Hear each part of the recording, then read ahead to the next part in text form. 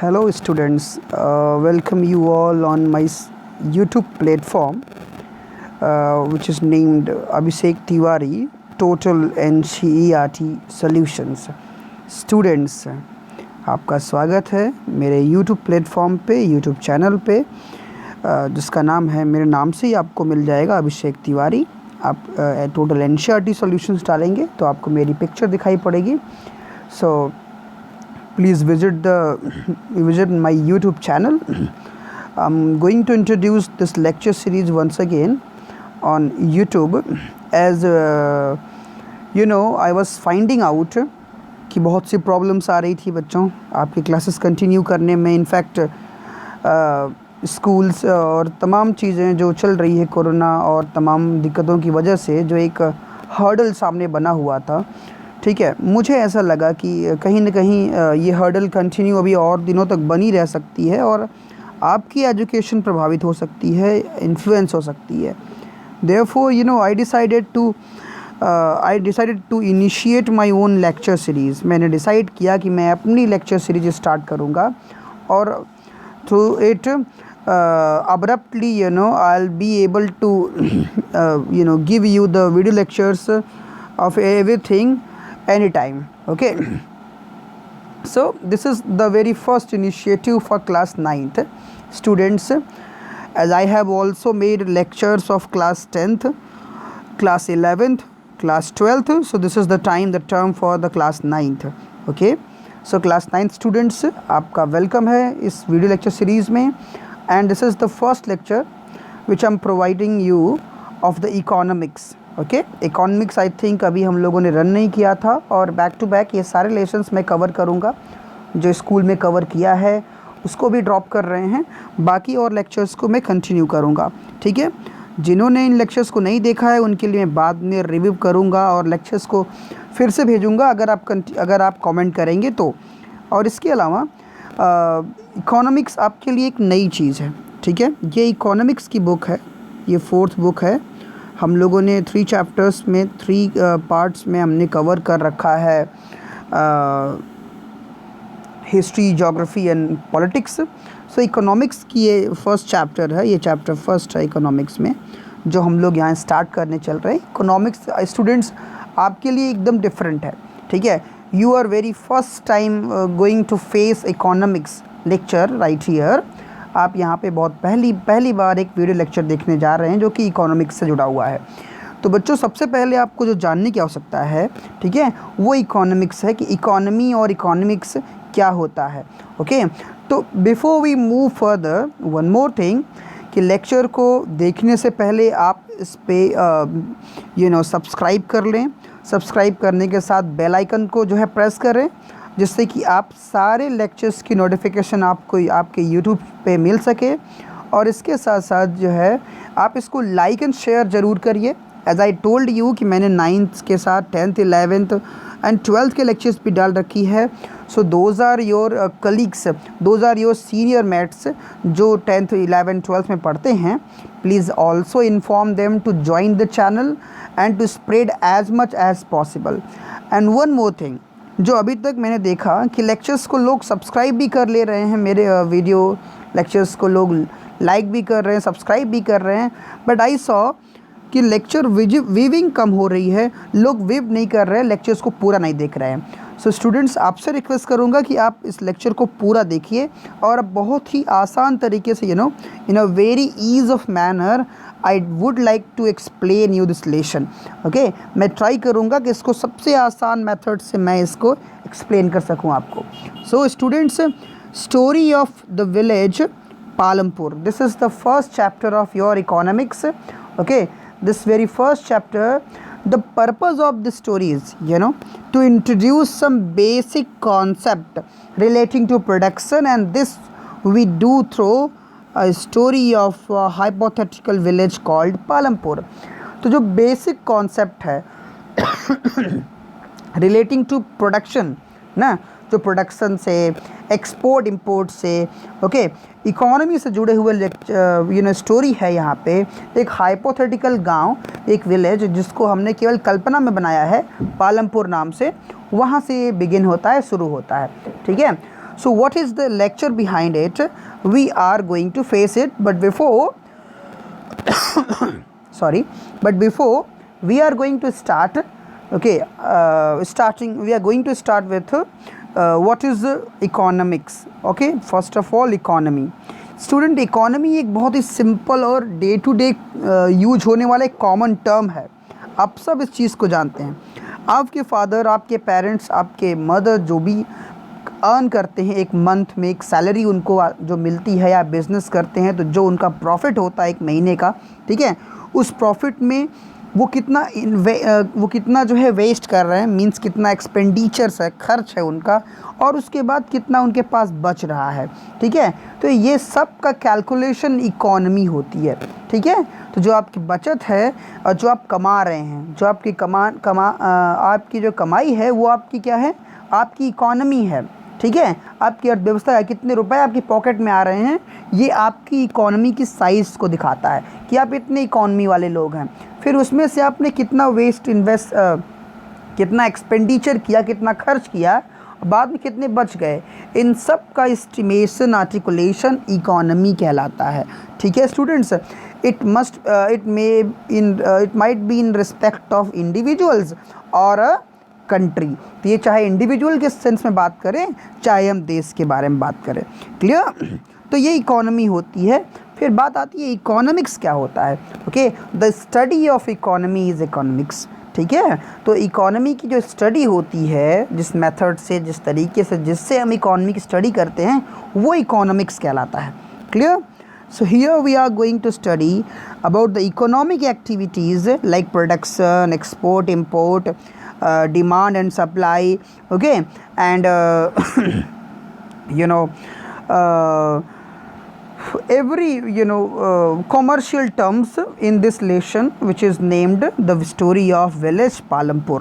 Okay, so let's start it now students. Okay, अब इसको आगे बढ़ाते हैं और देखते हैं कि ये किस तरह से फंक्शन करता है, clear. Okay, so farming is the main activity in the village Palampur. Students, farming, अब एक गांव की बात यहाँ पे ली गई है और कहा कि उस गांव की मेन इकोनॉमी क्या है, फार्मिंग है। Farming is the main activity of the village. Okay, one more minute students. Okay, so there might be an interruption, therefore I just pushed it off. So farming is the main activity in the Palampur. यहाँ बता रहे हैं कि पालमपुर जो village है उसकी main activity, मतलब main economic activity क्या है, फार्मिंग है, किसानी है, ठीक है। जबकि several other activities such as small scale manufacturing, dairy, transport etcetera are carried out on a limited scale.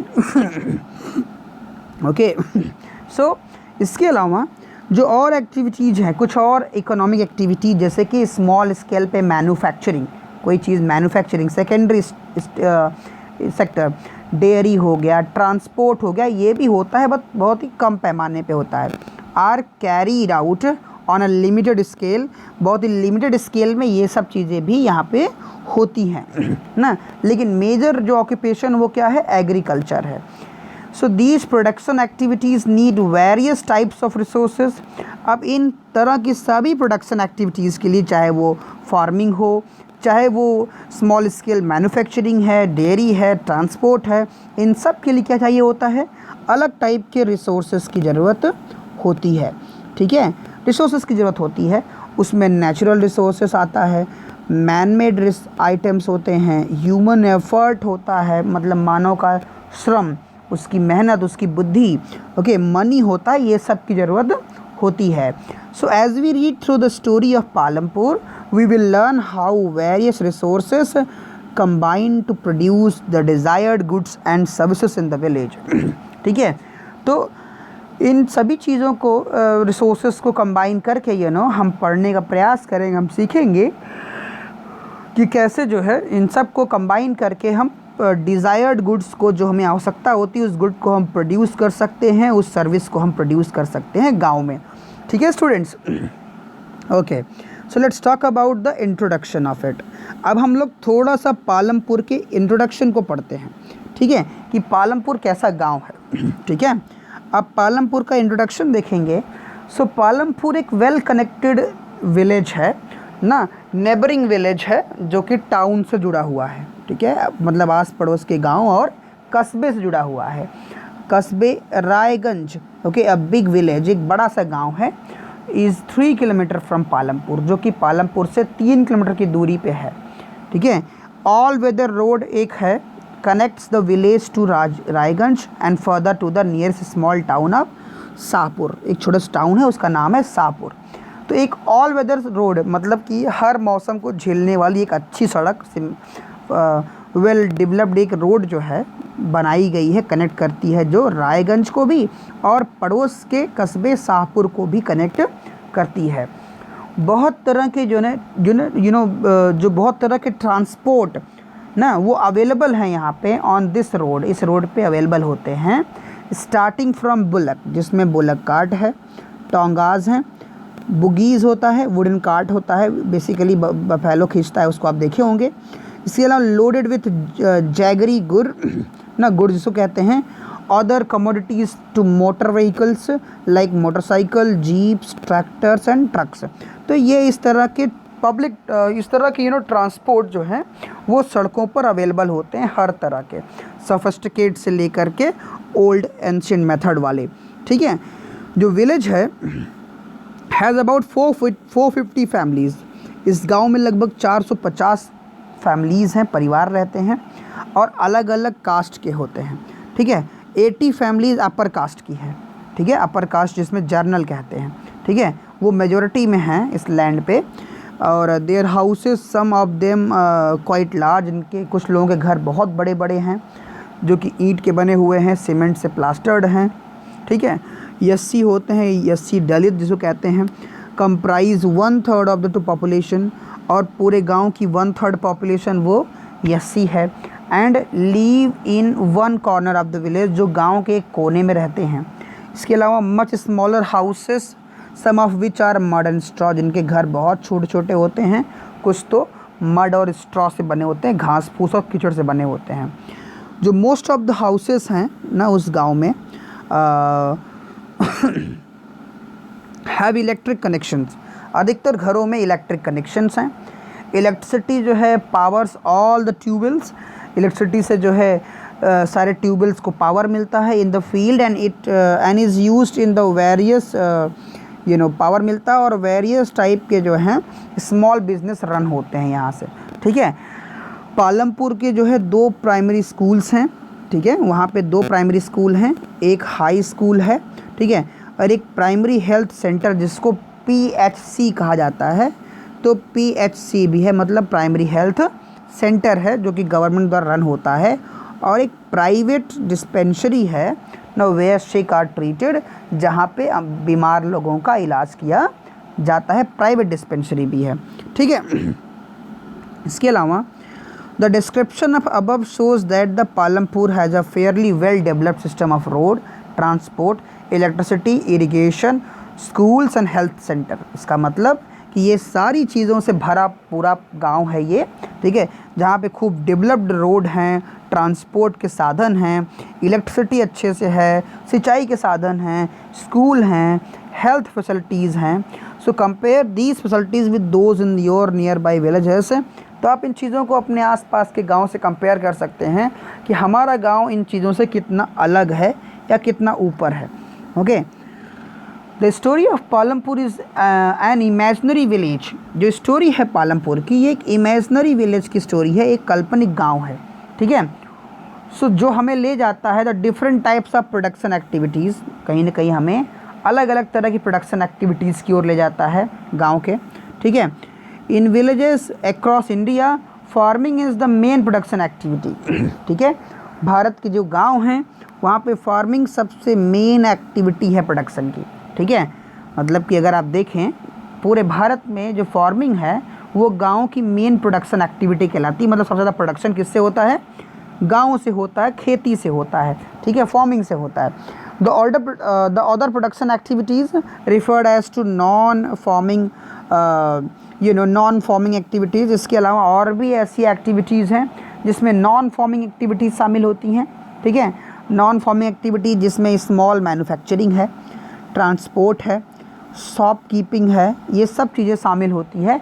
ये सब भी जो है non agriculture non farming activities में शामिल होती है। तो गांव में ना अधिकतर क्या होता है कि फार्मिंग एक्टिविटीज़ ज़्यादा होती है मेजरली, और माइनरली क्या होता है कि नॉन फार्मिंग एक्टिविटीज़ भी थोड़े बहुत पैमाने पे होते हैं।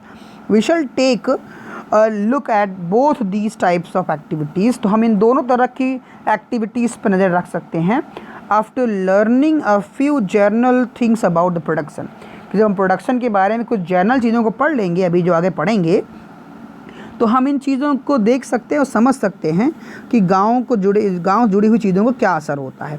तो ये एक जर्नल इंट्रोडक्शन था बच्चों। यहाँ से क्वेश्चंस पुट अप नहीं होते हैं, but the major topic from where the questions has been put up, okay. लेकिन जहाँ से क्वेश्चन पुट अप होते हैं वो टॉपिक हम समझ लेते हैं, ठीक है, कि किस तरह के टॉपिक होते हैं जहाँ से क्वेश्चंस पुट अप होते हैं। अब इस तरह के टॉपिक क्या होते हैं जहाँ से क्वेश्चन पुट अप होते हैं, वो यहाँ से होते हैं ऑर्गेनाइजेशन ऑफ प्रोडक्शन, ठीक है, कि प्रोडक्शन का ऑर्गेनाइजेशन कैसे होता है, मतलब कि प्रोडक्शन का संगठन, ठीक है।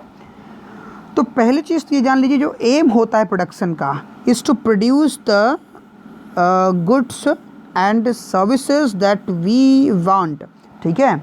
जो एम होता है प्रोडक्शन का वो होता है कि प्रोड्यूस करना गुड्स और सर्विसेज को, जो हम चाहते हैं उन चीज़ों को प्रोड्यूस करना, चाहे वो वस्तु हो, चाहे वो सेवाएं हों, सर्विसेज हों, यही एम होता है प्रोडक्शन का, ओके।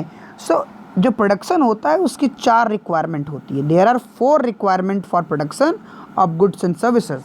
गुड्स एंड सर्विसेज के प्रोडक्शन के लिए 4 रिक्वायरमेंट होती है, ठीक है।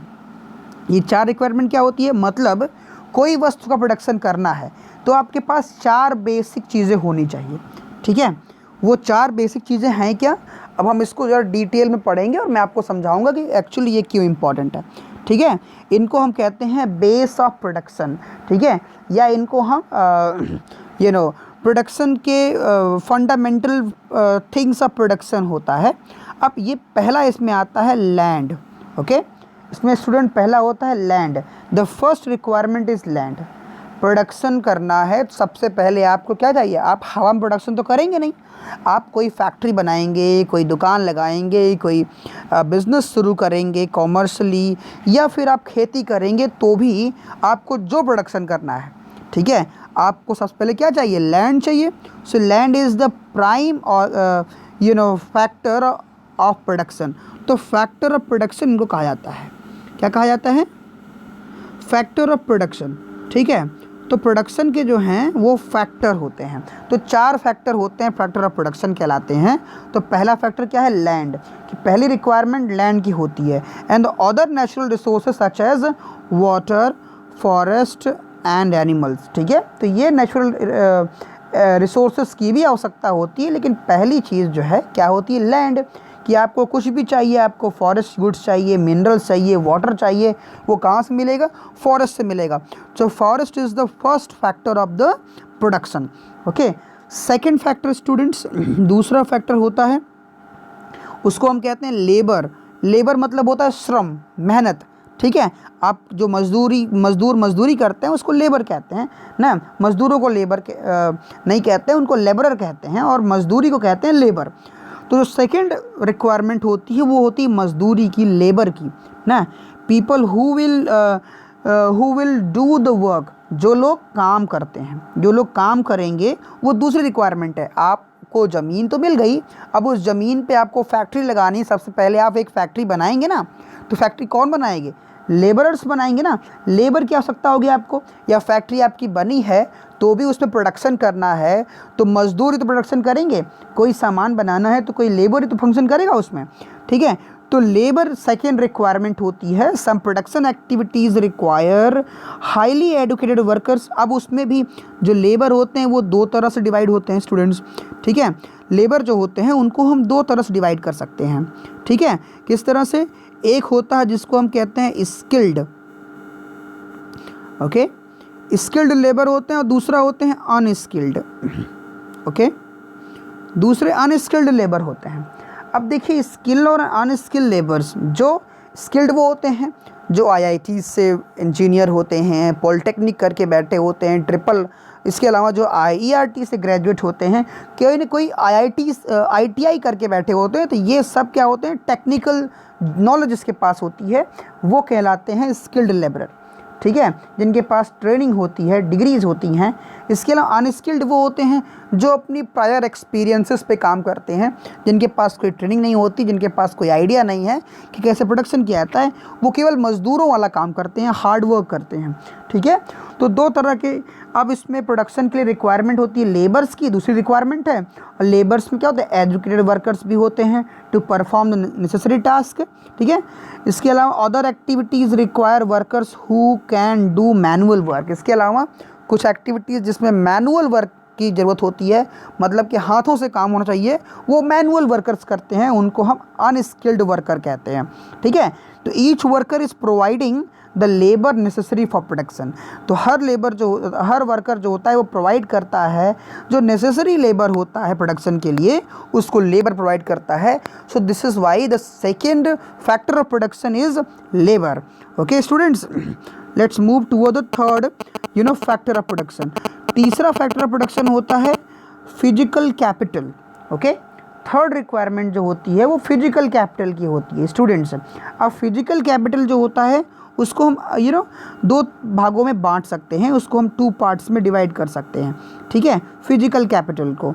ओके, अब इस चीज़ को देखिए, थर्ड होता है फिजिकल कैपिटल। फिजिकल कैपिटल मतलब होता है मुद्रा, पैसा, करेंसी।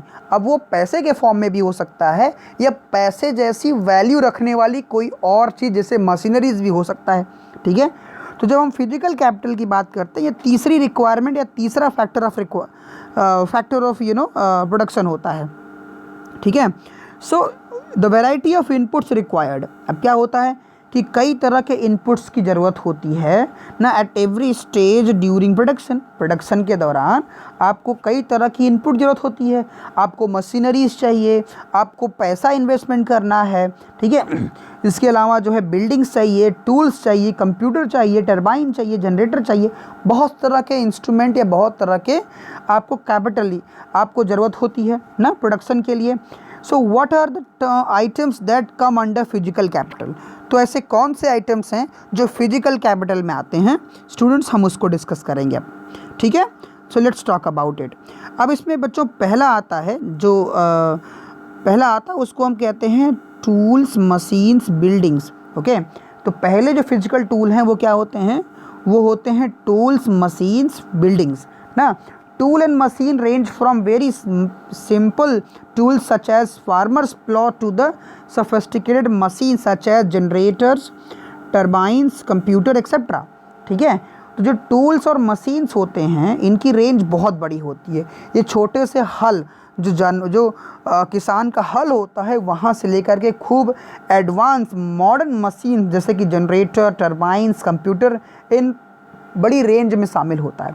तो ये टूल्स हो गए। ठीक है, इसके अलावा machines, buildings can be used in production over many years and are called fixed capital. ठीक है, तो इस तरह के जो फैक्टर ऑफ प्रोडक्शन है, जो तीसरा फैक्टर ऑफ प्रोडक्शन है, इसको हम कहते हैं फिजिकल कैपिटल। ठीक है, तो फिजिकल कैपिटल में पहला होता है उसको हम कहते हैं फिक्स्ड कैपिटल। ठीक है, और दूसरा उसको हम कहते हैं वर्किंग कैपिटल। ओके, तो फिक्स कैपिटल क्या होता है, जो कैपिटल में हम जिसमें जल्दी ना, तो ऐसे कम समय में जिसमें बदलाव नहीं आता, जिसको हम टूल लगाते हैं और बहुत जल्दी इसको हम चेंज नहीं करते हैं, वो फिक्स कैपिटल होता है।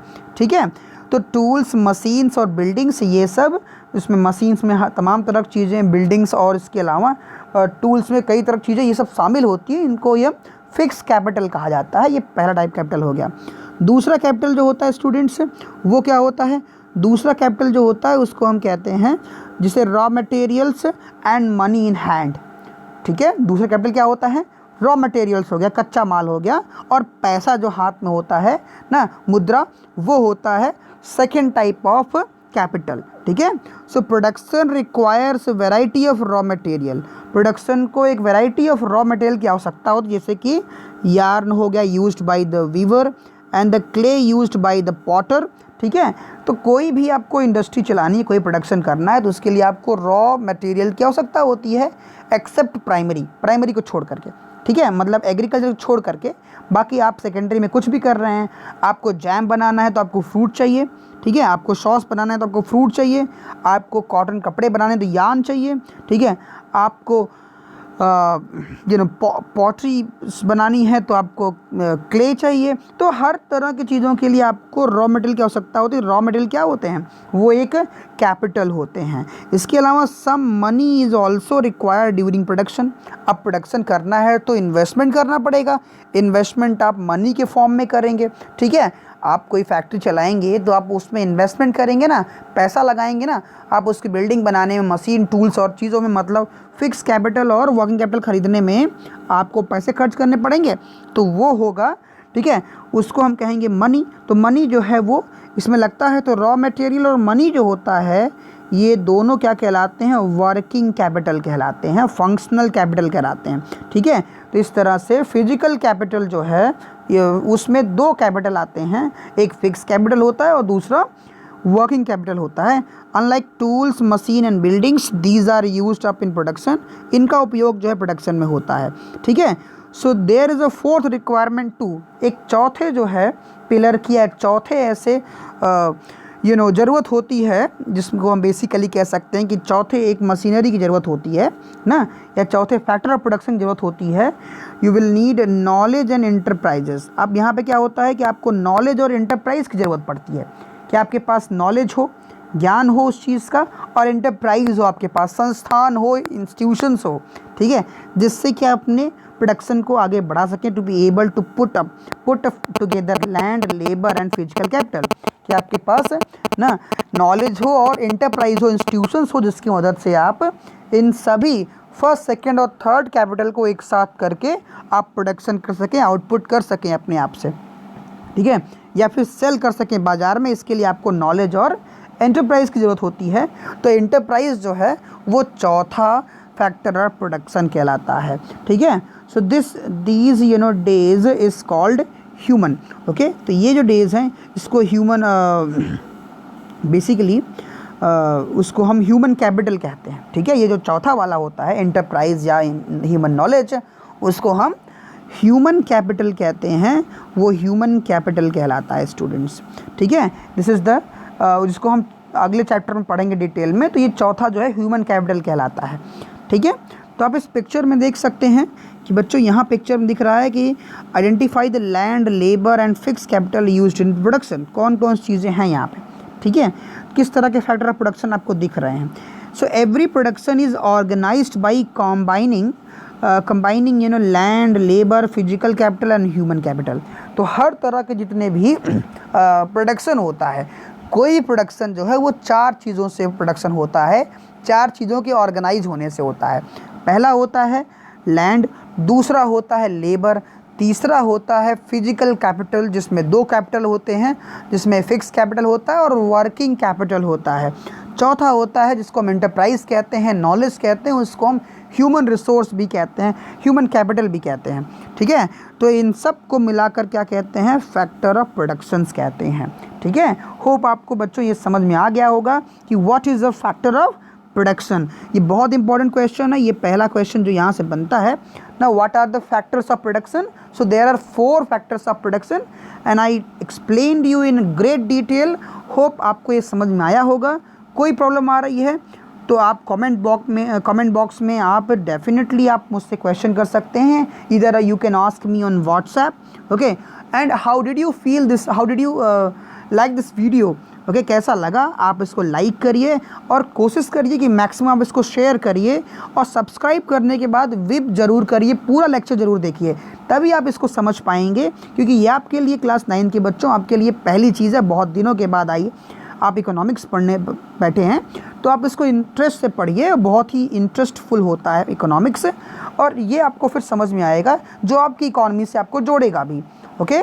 सो till then students, you enjoy yourself. आप तब तक जो है अपना पढ़ते रहिए, इसकी नोट्स प्रिपेयर करिए, और इस वीडियो को अधिक से अधिक शेयर करिए अपने एक्विटेंसेस में, अपने फैमिलियर वंस में, ठीक है। और ख़ुद भी इसकी विप पॉइंट्स को बढ़ाइए। पूरा वीडियो जरूर देखिए, सब्सक्राइब पहले करिए, okay. So till then student, thank you and enjoy yourself. Bye bye.